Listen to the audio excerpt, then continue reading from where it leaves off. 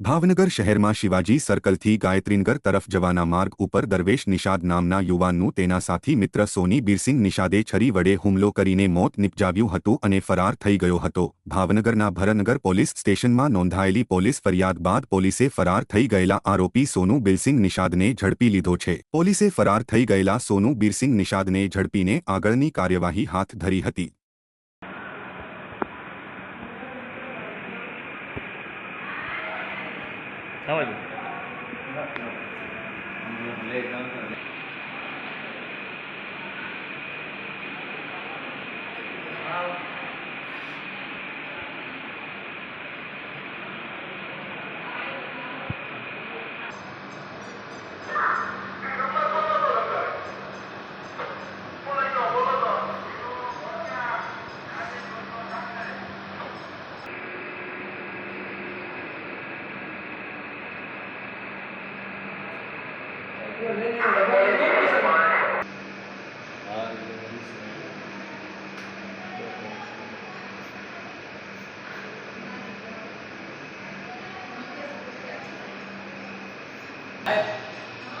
Bây giờ bọn lấy cho mình thêm